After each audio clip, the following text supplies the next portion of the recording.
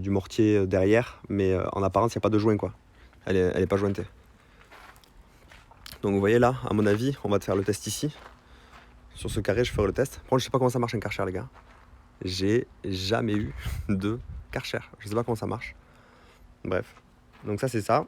Qu'est-ce qu'on a fait d'autre? Dans le jardin, franchement, pour l'instant, si, ma femme a fini la haie.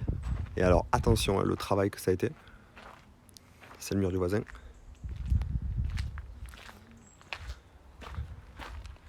Extérieur. Ça, c'est pas la haie, hein, calmez-vous. La haie est là, quoi. Belle haie.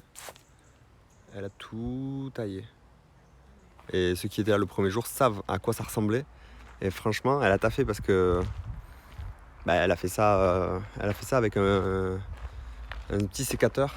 Enfin, un gros sécateur, mais pas avec un taille-haie, quoi. Donc voilà, la montée de l'escalier maintenant n'est plus comme avant, puisqu'ici, il y a le citronnier et non plus cet immense buisson style cyprès, je sais pas ce que c'est exactement. C'est propre, hein. La haie, c'est propre, ça c'est propre.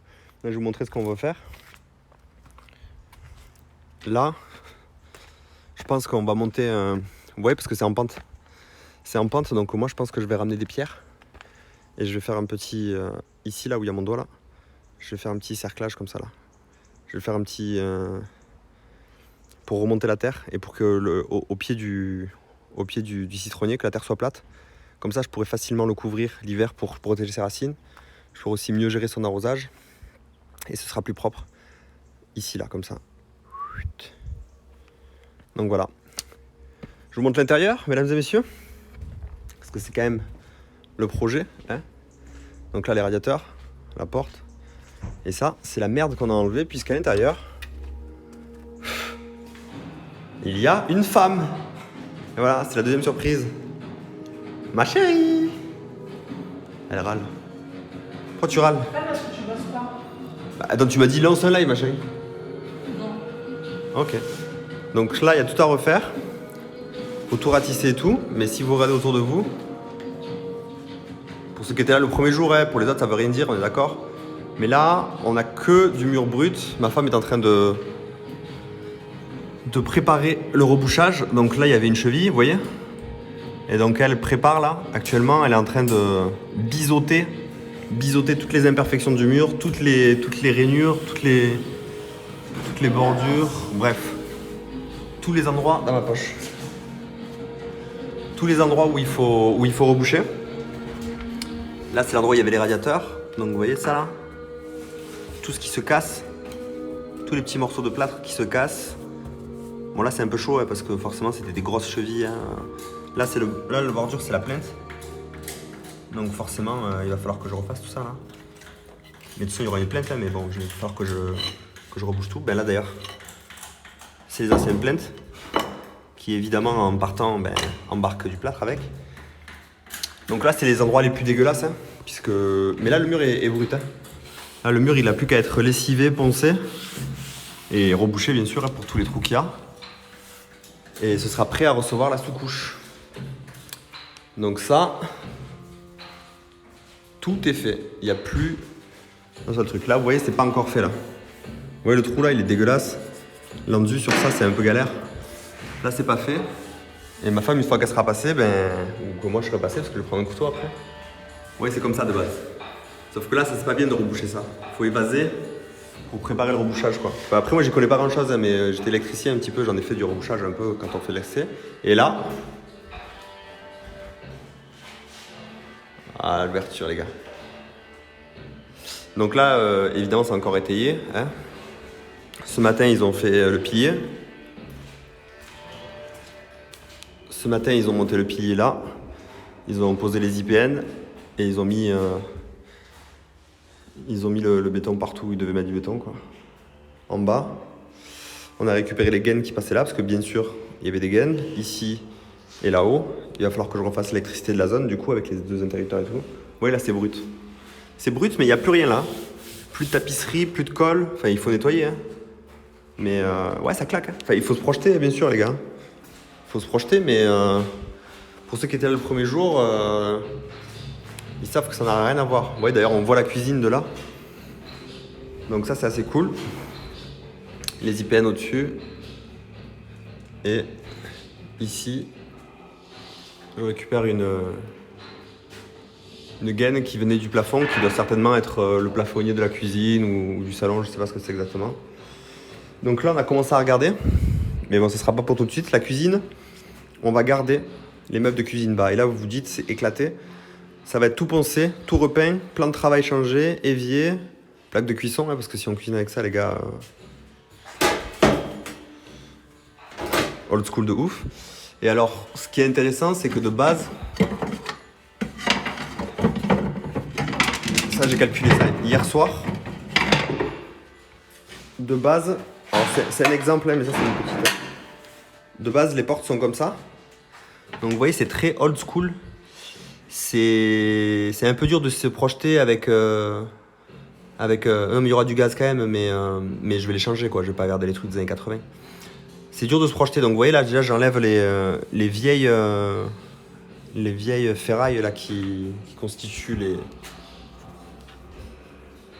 les plaques. Ok. Ici ça sera enlevé. Tout ce meuble c'est juste pour vous faire une démonstration, mais celui-là il va sauter. Les deux ils vont sauter. Le haut va sauter. Et le haut de là-bas va sauter aussi. On garde que le bas du meuble de cuisine. Ok. Ça fera moins cher parce que sinon si tu fais une cuisine c'est la merde. T'es charpentier, menuisier, eh ben aide-nous alors. Donc on va essayer on va repeindre ça va être du vert clair. Et alors la stratégie que j'ai mis en place, c'est que normalement tous les panneaux s'enlèvent. Vous voyez derrière le panneau il s'enlève. Et je vais peut-être, hein, c'est en réflexion, je vais peut-être le refixer à l'envers.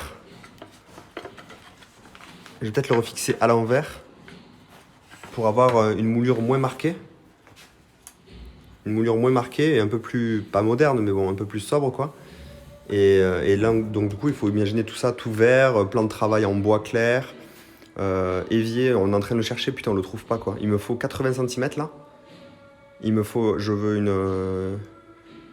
veux un évier profond en, comment on appelle ça? En céramique, là, blanc, vous savez. Et il faut qu'il rentre entre là et là. J'en ai trouvé un de 90, sa mère, il rentre de 10 cm de plus. Comme ça, là, j'aurai le meuble, l'évier. Là, j'aurai un plan de travail. Et après l'évier, j'aurai un plan de travail là et là. Donc, pas besoin de redécouper, sauf les plaques de cuisson, bien sûr. Voilà. Poncer et peint, ça peut rendre bien. Ouais, mais on s'inspire de trucs qui existent déjà, hein, les gars. On n'a rien inventé. Bon, après, la déco, c'est ma femme. Hein. La cuisine, c'est elle qui choisit. Donc, voilà. Voilà où on en est. On a tout nettoyé, là. Il n'y a plus rien par terre, vous avez vu. Hein. La dernière fois, il y avait des tas de merde partout. Enfin, tranquille, il faut encore repasser. Mais les murs, là, pour la plupart, à part les endroits où... Ben, c'est prêt. Je peux prendre le couteau? Non. Je cherche le couteau en bas? Ou à la spatule, je fais. À la petite spatule. Quoi? En bas, t'as un opinel. Il est où l'opinel? Dans le truc, dans la canne? Ouais. Tu veux que j'y aille? Tu veux le chercher? Ouais. On la suit. Et casse-toi là. Elle descend. Qu'est-ce qu'elle descend bien? Bref. Elle est vénère, hein? Non, elle est pas nourrie, c'est pour ça. Donc, vous voyez, là, elle a déjà fait.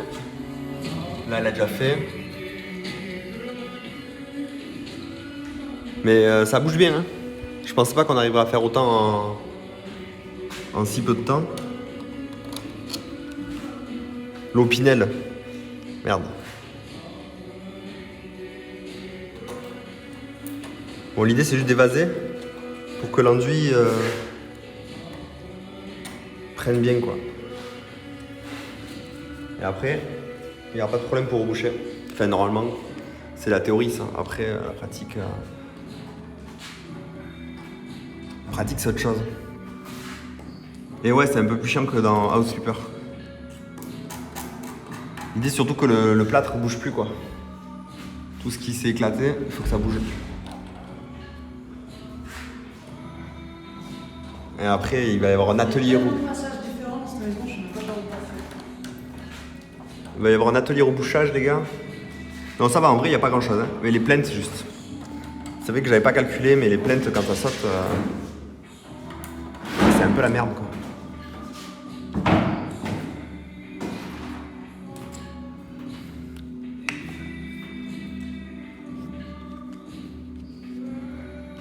Sur House Flipper, c'est sûr qu'il n'y a pas de problème. Hein.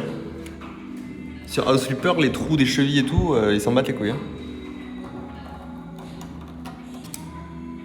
Tu fais même, il y a de la tapisserie, tu fais peindre, bim, tout disparaît. Là, c'est un autre délire.